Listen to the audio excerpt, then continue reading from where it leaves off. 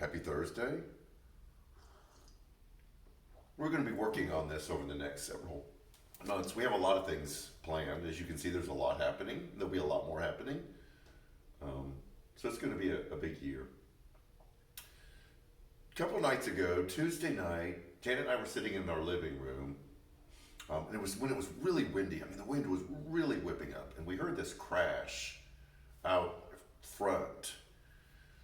And we've had stray cats around our house, and one of them has been hitting the door, and we thought that one of the cats had hit the door. But when I got up and looked out, I noticed that a rotten tree that I'd been watching for years across the street in an empty lot owned by someone from Oklahoma, that tree fell across our street and kind of partially into our yard. And it was a fairly good sized tree, but it didn't block my driveway, so I thought, I'm good.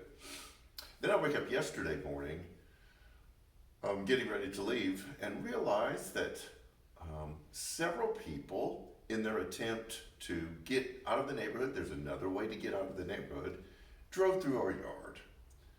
Now, I'm not a hardcore yard Nazi guy. However, driving through somebody's yard is kind of a big deal. And I had this thing inside of me that just was like, I mean, I wanted to just go off. And this is why. Because our mail carrier, and we get a variety of different mail carriers in our neighborhood, about 2 weeks ago, drove through our yard. And like, at some point I go like, okay, I guess I'm just gonna pull up all the grass and put out gravel and not worry about it.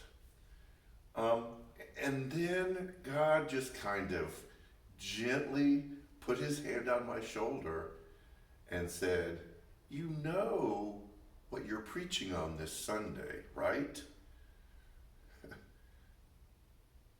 I don't want to have to obey or listen to what I say.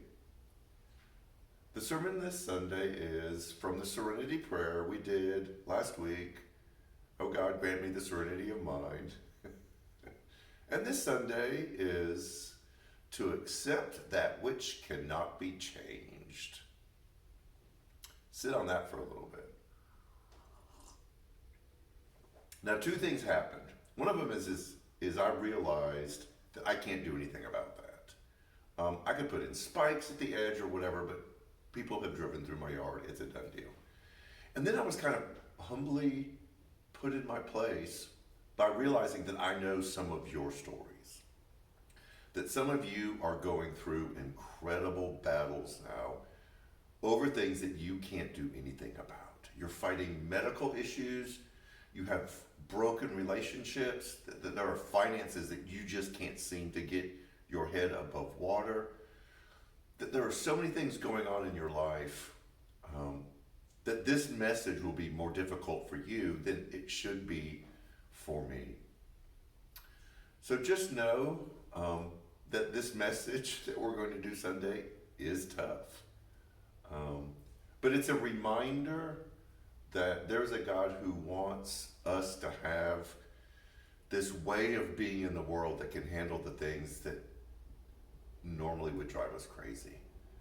And so when I go over the message today, I'm going to look at it differently. I looked at it differently yesterday because I want it to be real and not just cool sayings from Scripture. So this Sunday, we're going to talk about accepting that which cannot be changed and all that comes with it. You see, there's a lot going on in our church. We introduced George to you as our new director of ministries. We have some more announcements coming up. They delivered all of this stuff to work on the roof, and they've started on that, which is yay. That's the first step of the process. And then there's several more steps that follow after that. Women's Bible Study is meeting again Wednesday night and Thursday morning. Man Cave will be meeting again.